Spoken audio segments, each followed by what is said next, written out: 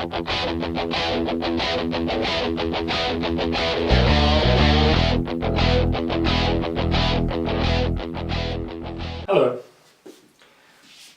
Well, we have finished the first part of our course on relativity.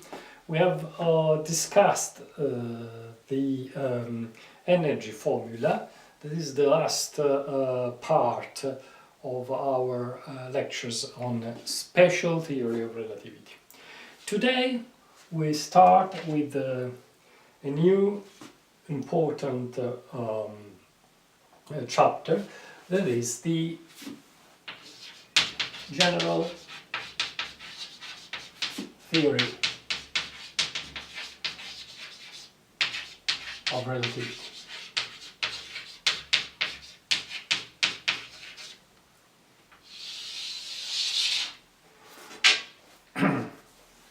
Well, the special theory of relativity was completed in 1905 by Albert Einstein, while the general theory was finished only in the 1916. So exactly 100 years ago, and it required a very, very big effort to be completed. The theory, the idea, was born with that Einstein himself described as the most beautiful thought in his life. That is the principle of equivalence, the equivalence principle.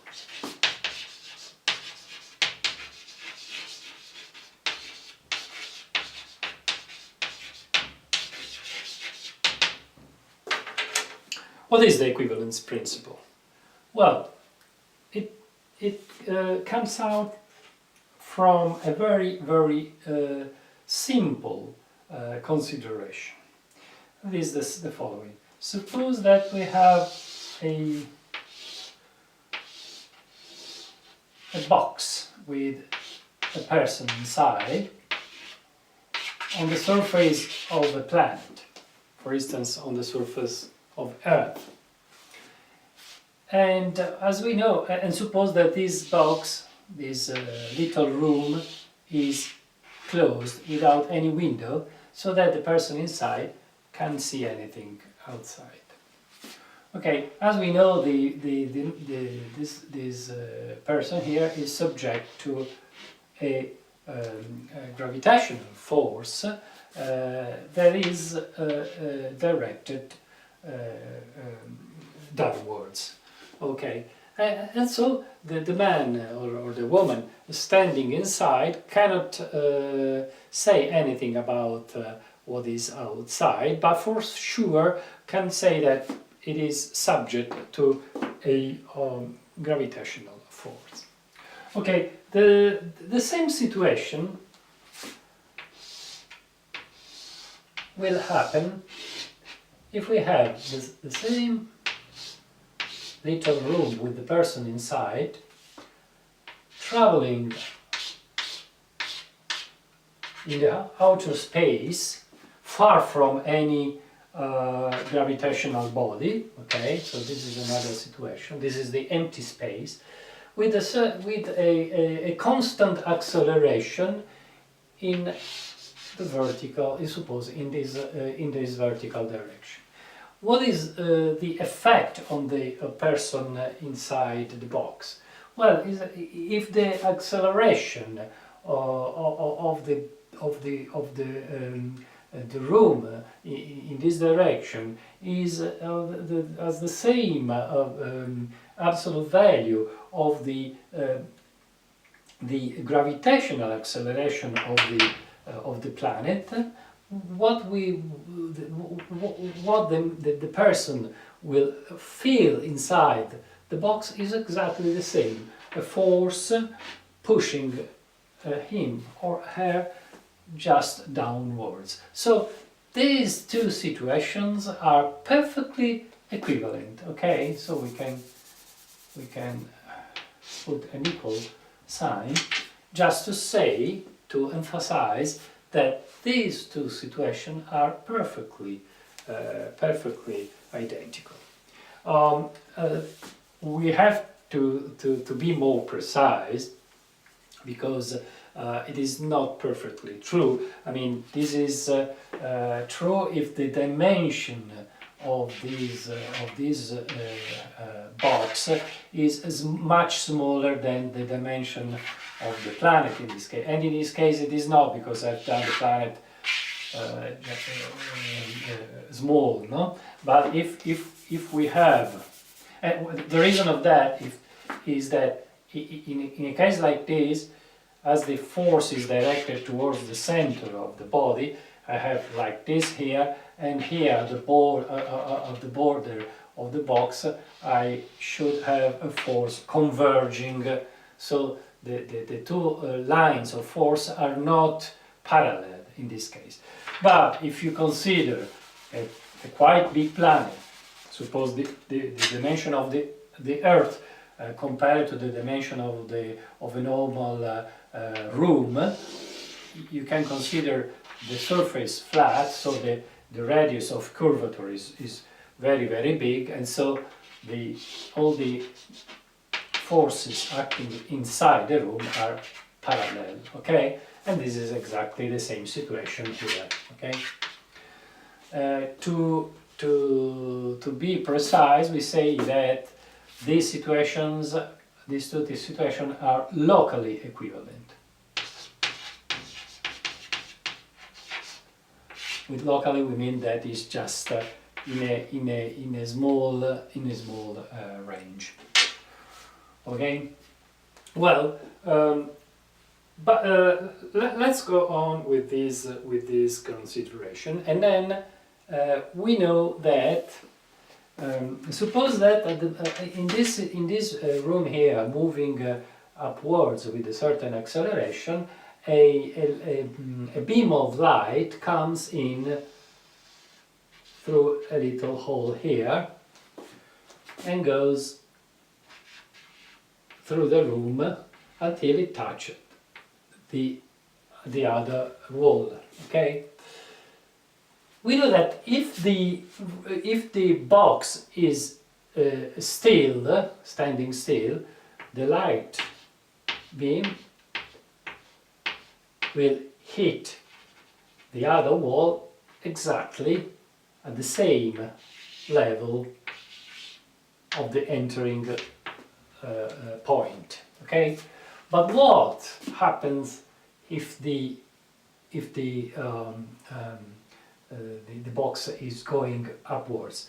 You understand that the point where the photons will hit the other wall, it is lower, because in the meantime the box is going upwards. So the result is just like bending of the beam of light, okay, due to the fact that the room is going upwards.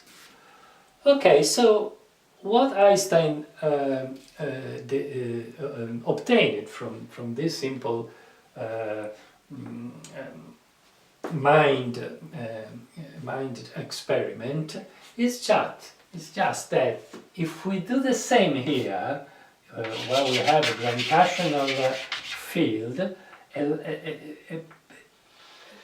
a light beam entering here, due to the equivalence principle, will bend exactly in the same way like here. So this is an incredible result that is was completely new when Einstein proposed, because before this thought experiment, everybody was convinced that the law of gravitation by Newton was correct. So the force between two masses.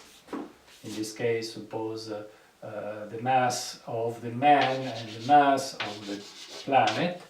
Okay, the force is equal to minus, because it's directed towards downwards, is minus g, that the gravitational constant, times the product of the two masses, the attracting and the attracted bodies, and inversely proportional to the square of the distance. Let's go d square. Okay, but look at that.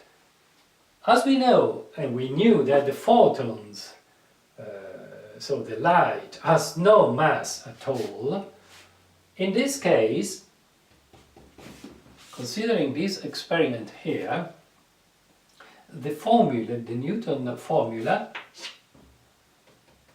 being little m, the mass of the photon, equals 0, the result is that the gravitational force acting on a photon should be 0. So, no bending at all. Okay? But as we know, Einstein proposed a beautiful experiment to observe the sky, the stars near the sun during an eclipse of sun, and to verify if the light coming from the star, the background stars, was deflected by the presence of the sun mass. And it was. The result was that the deflection was exactly of the magnitude that was calculated using the Einstein general theory of relativity. So the equivalence principle works. Just only thinking about an accelerated reference frame, we can find that the light is deflected. And for the equivalence principle, we can assume that this situation is perfectly identical to this, and the light has to be deflected in the same manner. And this was, as I have said, confirmed by Eddington during the observation of the eclipse, the solar eclipse. So this is a fantastic result that opened a completely new way to understand the world. Why? Because, as we have said, this is not true anymore, and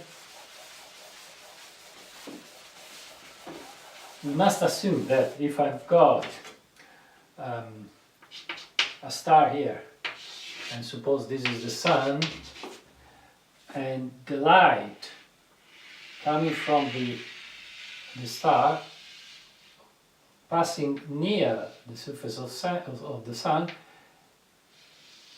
is deflected. And this deflection here is not due to any force, because we know that the gravitational force as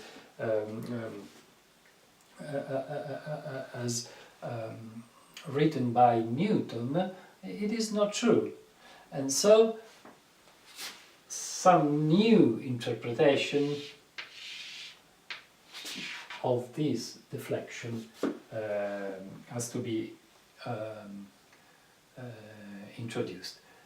And this is exactly what Einstein did, assuming that the presence of a certain mass in the space warp the space itself, so that the photon continue to go straight on, but along a route, a way that is not straight anymore.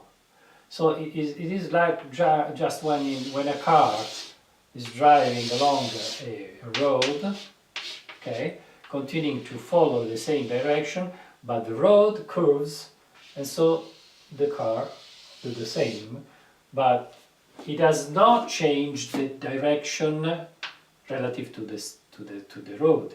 It's the road then that is warped, okay? And this is the same story. The space-time itself is curved by the presence of a mass, and the photon, not only the photon, all the bodies go along this way. This